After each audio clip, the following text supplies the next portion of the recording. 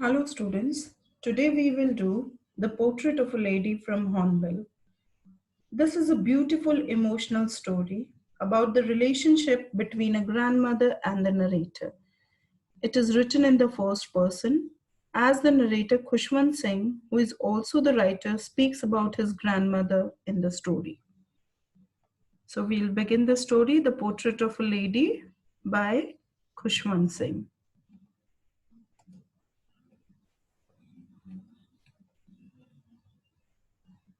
My grandmother, like everybody's grandmother, was an old woman.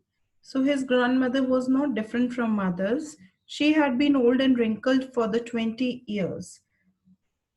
Since 20 years, he was looking at his grandmother, and there was no change in her grandmother's face at all. It was old and wrinkled since the beginning. He had known her. People said that she had once been young and pretty and had even had a husband, but that was hard to believe. So, people used to say that she looked very young and pretty when she was young, and also she was married. But that was hard to believe because the narrator had never seen his grandmother like that. My grandfather's portrait hung above the mantelpiece in the drawing room. Mantelpiece is a you can say a structure of wood above and around the fireplace. You can see a fireplace is there in the house, and above that a photo frame is there. Photo is hung there. So it is about that only. Grandfather's portrait he is talking about. He wore a big turban and loose fitting clothes. So a big turban in the picture. He was wearing a big turban and loose fitting clothes also. His long white beard covered the best part of his chest, and he looked at least 100 years old. So his front portion was covered with the white beard. So beard was very long. In Sikh family, you must have noticed that they keep a long beard. So it was covered, and he looked as if whenever you look at the portrait, it looked like he was of 100 years. He did not look the sort of person who would have a wife or children. And he, in the picture, was not looking like a person who was married or who had children. He looked as if he could have only have lots and lots of grandchildren. So he was looking so old in the picture that it could be imagined that he must be having a lot of grandchildren. As for my grandmother being young and pretty, the thought was almost revolting. So these are the basic expressions which are given at the top of the chapter also. They are very important, and we will be talking about it separately also in another video. So just now, in short, I'll tell you. As for my grandmother being young and pretty, the thought was most revolting. It was revolting for him because it was hard for him to believe, and it was unpleasant also that how can he has been looking at the grandmother in the old age. So it was difficult for him to believe that she sometimes was very young and pretty.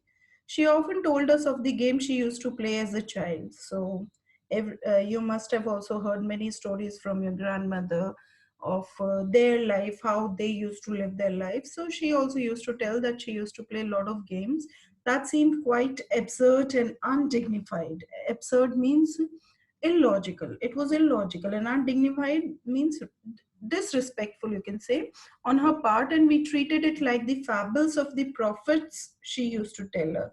So fables are the fictitious stories with a moral teaching. Okay, so it was difficult for him to believe this also, and that is why he thought these are kind of fictitious stories which she's telling us. She had always been short and fat and slightly bent. Now this is the physical appearance of the grandmother. She had always been, whenever the narrator had seen her, she had been looking the same since 20 years. So she had always been short and fat and slightly bent. So her height was short, she was fat, and slightly bent also. In old age, you must have seen people getting bent, and they walk like that only. Her face was crisscross of wrinkles. There were so many wrinkles on her face that you can imagine the net kind of structure was created on her face. running from everywhere to everywhere. That is the starting point. You could not notice that from where they are starting and where they are going, ending. So this was there. The narrator is saying this, that there were a lot of wrinkles on her face. No, we were certain she had always been as we had known her. So that is why it was difficult for him to believe. He thought the way she is looking today, she had been looking like this only from years. Old, so terribly old that she could not have grown older. She had already become so old that she could not get more older. So this span of 20 years, there were no changes on her face and had stayed at the same age for 20 years. She could never have been pretty, but she was always beautiful. So he says that, what does this particular line means? Pretty is, you can say, physically, appearance wise pretty, and beautiful is from inside, when you're beautiful at heart. So he's trying to say that I could not believe that she could be pretty, but she was always beautiful. She hobbled about the house in spotless, hobbled means walking in an awkward way, because she was tilted. We had talked about it earlier also, that she was bent, so she walked in an awkward way about the house in spotless white, with one hand resting on her waist to balance her stoop. So spotless white, what kind of dress she used to wear? Because she was a widow, she used to wear white dress. And that is why and she was tilted also, she was bent, so one hand she used to keep it on her waist, and the other hand she used to hold a stick, through which she used to, not a stick, rosary, beads of a rosary, you can say, um, what do you say, mala, you can say, that she used to hold in her hand, and she used to keep on chanting some prayers. Her silver locks were scattered untidily over her pale puckered face. So these silver locks are hairs, and they used to, scattered means, in a disorganized way. They were just there on the puckered, a face contract into wrinkles, lot of puckered faces, lot of wrinkles face. So, and her lips constantly moved in inaudible prayer. So though she was chanting something, but they were not clear, you cannot hear the words of those prayers, so they were inaudible prayer. Yes, she was beautiful. She was like the winter landscape in the mountains. So he is comparing his grandmother with the winter landscape in the mountains. Simile has been used here. So what is this winter landscape? Why he is comparing? Because she always used to wear white dress, and the mountains which are covered with snow in the winters, so they are also calm and serene and white in color. So that is why he's comparing an expanse of pure white serenity.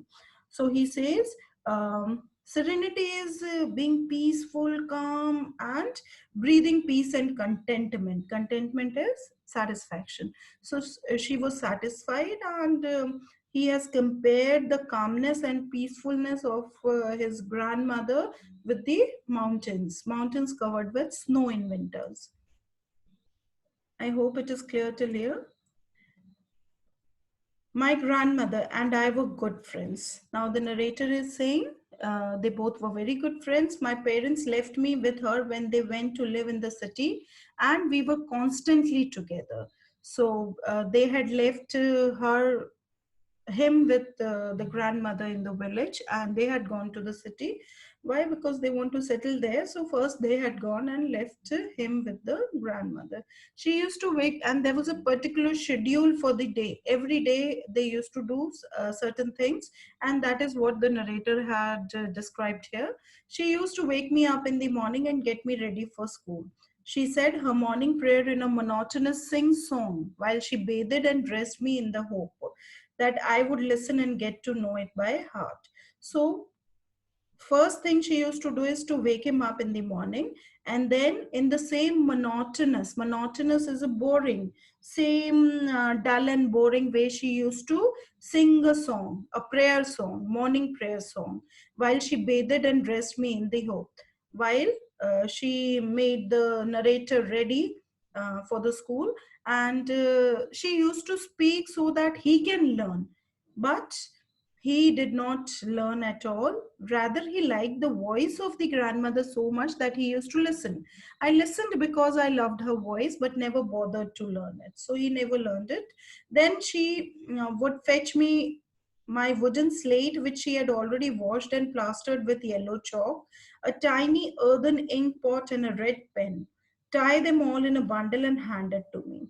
So, what kind of like school bag you carry every day? So, in the same way, the grandmother has prepared the wooden slate for him, along with the yellow chalk and tiny earthen ink pot and red pen also, and she had tied them all and given it to him after a breakfast of a thick stale chapati. So the chapatis which were made at night, stale is last night chapatis, you can say. So he used to they used to eat that stale chapati with little butter and sugar spread on it. We went to school. After eating those chapatis, they went to school.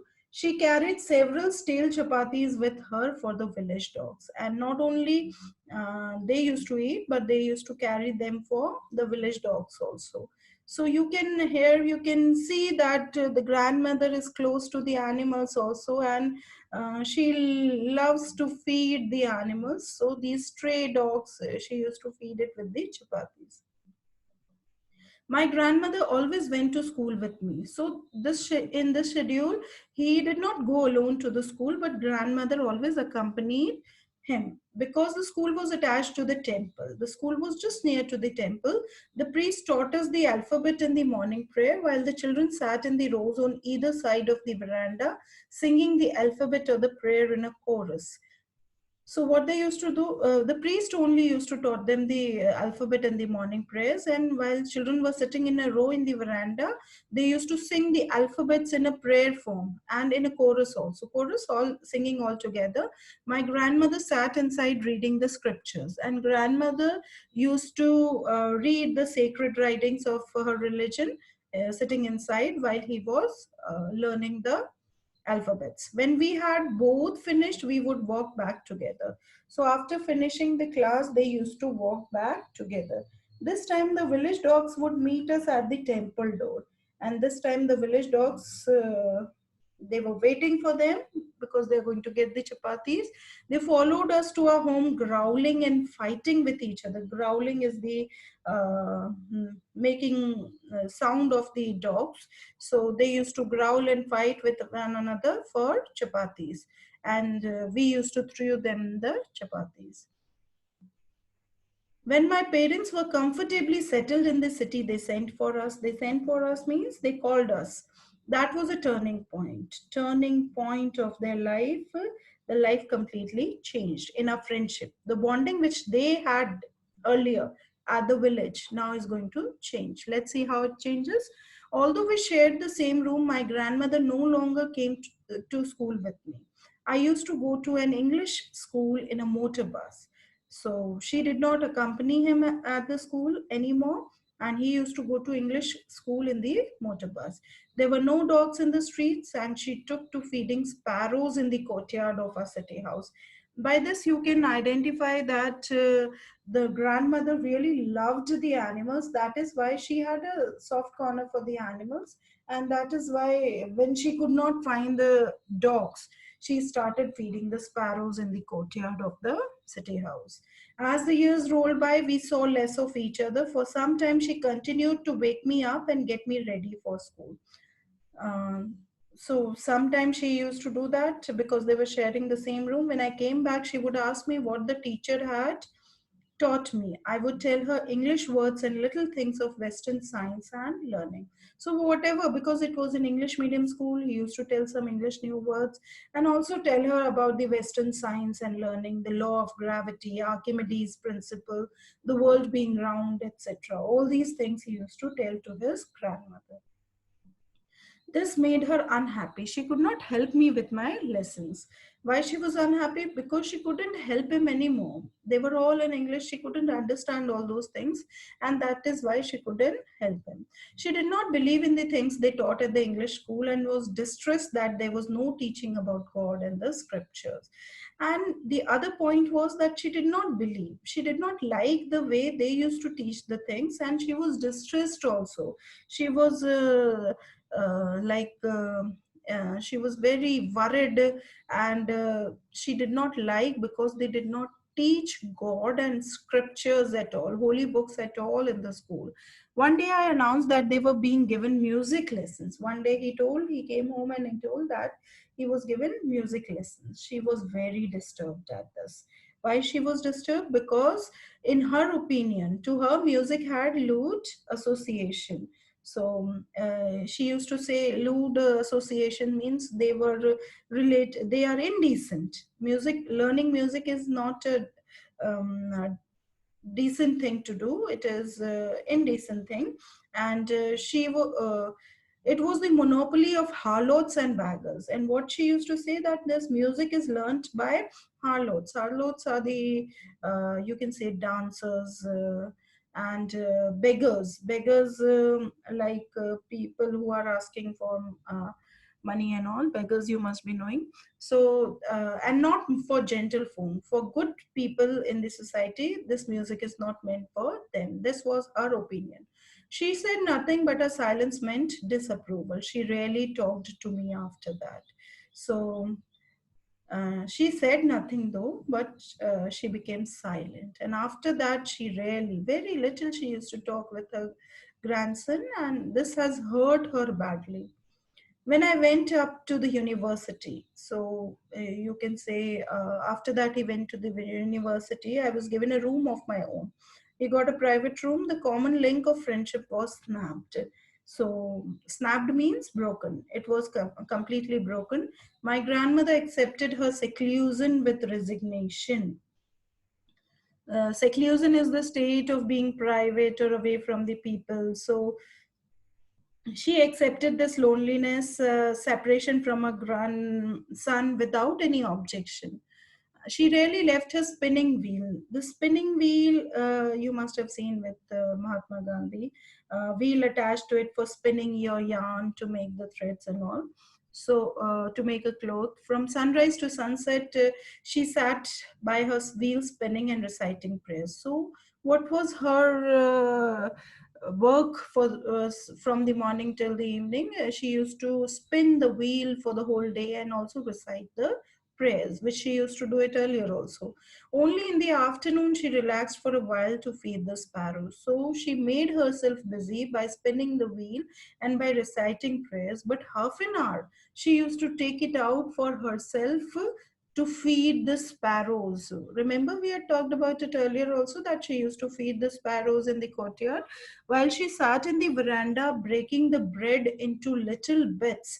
Hundreds of little birds collected round her, creating a veritable bedlam of chirping. So, uh, this means the noise and confusion caused by the chirpings of the sparrows.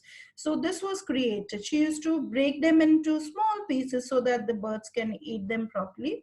So, while she was doing this, they used to chirp so loudly with confusion that when she is going to give us this, some came and perched on her legs, some used to sit on her legs, and others on her shoulders. Some even sat on her head also. So you can imagine the closeness of the birds, the sparrows, with the grandmother. They thought her that she used to feed them, and a friendly nature she has with the animals. So that created the birds to come closer to her. She smiled but never shooed them away. Even if they are sitting on her head, then also she never shoot them away. It used to be the happiest half hour of the day for her. So, and she used to enjoy it thoroughly, and that is why it was the happiest half hour of the day for her. When I decided to go abroad for further studies, so he decided he's going to study in London.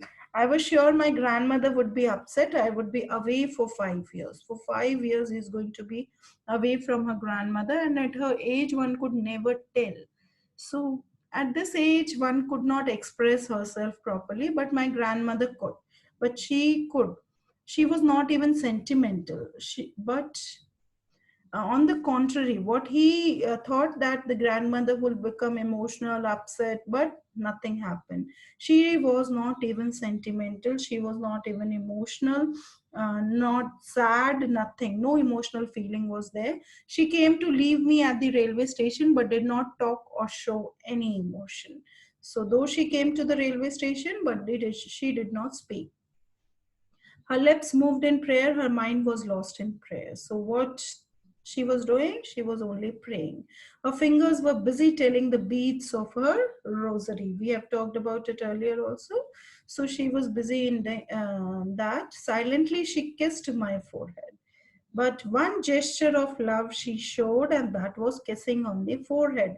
And when I left, I cherished the moist imprint. Moist because kissing creates the saliva to come out. So that wet, you can say, wet imprint was there, impression was there on his forehead, the last sign of physical contact between us. So the last sign, why he's saying it is the last sign? Because he thought when he's going to return, he won't be able to see his grandmother. She might die. So this was in his mind. That is why he's saying the last sign of physical contact between us. But that was not so. After 5 years, I came back home and was met by her at the station. But though he was expecting that this might happen, that his grandmother would die, but it did not happen. When he returned after 5 years, he again met his grandmother at the station. She did not look a day older. She was as she was looking earlier. There was no change at all. She still had no time for words, and while she clasped me in her arms, I could hear her reciting her prayers. So there was nothing in that. Um, she just hugged him, and he could hear the reciting voice of the reciting of the prayers. Even on the first day of my arrival, her happiest moments were with her sparrows. So on that day also, she did not stop herself to feed the sparrows. It was the happiest moment. Even after 5 years, her grandson had returned, but not that. The sparrows, feeding of the sparrows was her happiest moment.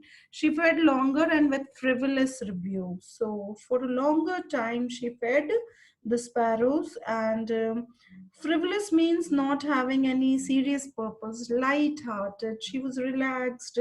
Rebuke means to disapprove something. So she was contented. She was light-hearted, and she fed them longer to make herself more contented and happy. In the evening, a change came over her. So in the evening, something happened which she did not used to do it earlier. She did not pray. Every time she used to pray, but in the evening she did not pray. She collected the women of neighborhood, got an old drum, and started to sing. So what did she do? She did not, you remember, she did not like music.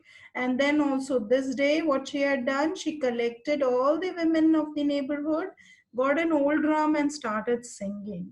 So this was a completely different thing.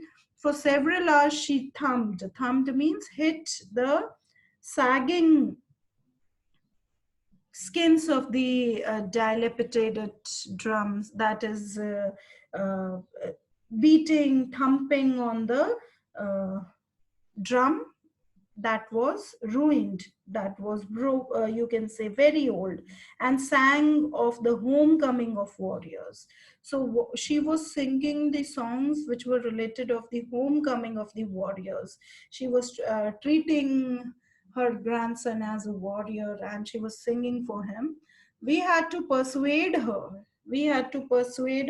that is request her to stop her, to avoid overstraining, because she had never done these kind of things, and now she was doing so. She might get strained and she might get ill. That was the first time since I had known her that she did not pray. So this was the first time when he had not seen her grandmother praying. The next morning, she was taken ill. Obviously, she was overexerted and tired, so she became ill. It was mild fever, and the doctor told us that it would go. So it was a mild fever, and doctor told that she'll be all right in few days. But my grandmother thought differently. She told us that her end was near. So she got the intuition, you can say, that she is going to die. So she told, no, I'm going to die. She said that since only a few hours before the close of the last chapter of her life, she had omitted to pray. She was not going to waste any more time talking to us because she had already, in the last few hours, she had not prayed. So she wanted to pray. She told all her children and grandchildren to go away from there so that she can pray without wasting a single moment now. We protested. They opposed, obviously, but she ignored our protest. She told, no, go away from here. She lay peacefully in bed, praying and telling her beads. Even before we could suspect, her lips stopped moving and the rosary fell from her lifeless fingers. So, even before thinking, they would have never thought that this would happen so early. And she like stopped speaking, and she her rosary fell down from her hand.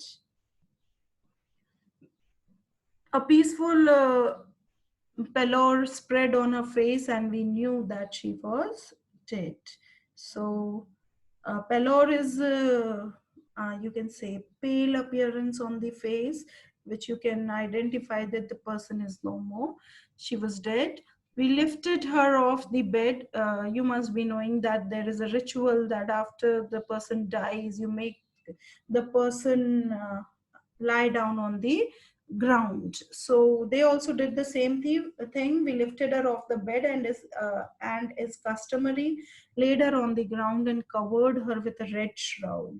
So it is a tradition, you can say. They put it down on the ground, the dead body on the ground, and they covered it with a red cloth.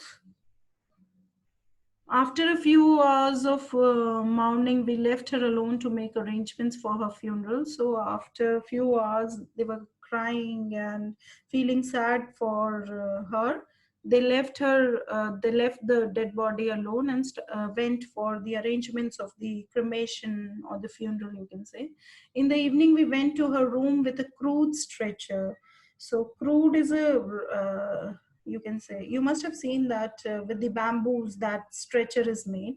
So that they had brought it, and to take her to be cremated, people take their dead bodies on that only. The sun was setting and had lit her room and veranda with a blaze of golden light.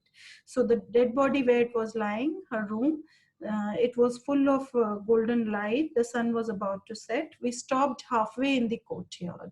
So while they were entering her room, they stopped it there only.